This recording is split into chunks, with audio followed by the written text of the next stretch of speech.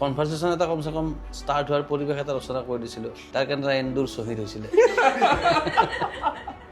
সেই সৰু অঞ্চলটোত মই ছাপ'জ হিৰো, মই মিথুন। কটন কলেজত আহি পালোঁ, কটন কলেজত আহি প্ৰথম ক্লাছৰুমত যাবৰ দিনাই গম পাই গ'লোঁ যে মই একো মিথুন চিথুন নহয়। আৰু মই যদি মিথুন তেতিয়া তেনেকুৱা অজস্ৰ মিথুন আছে। আগতে আলফাবিলাকে কাছিঙত গৈছিলে, আমি গৈছিলোঁ কটন কলেজত, কিন্তু আলফাৰ উদ্দেশ্যত মই নাই।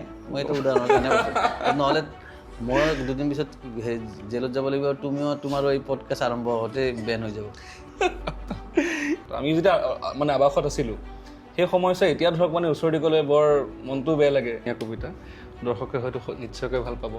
ধৰক লাইনছ কেইটামান আছে, জীৱন জিন্দাবাদ। টি শ্বাৰ্টত প্ৰিণ্ট কৰি পিন্ধিছে জীৱন জিন্দাবাদ। ইমানখিনি যিখিনি অনুৰাগী বৰ্তমান পাইছে, ইমান দীঘলীয়া এটা যাত্ৰা, গতিকে সেই যিখিনি অনুৰাগী আছে সেই অনুৰাগীসকলক আপুনি কেনেকৈ সম্বোধন কৰে?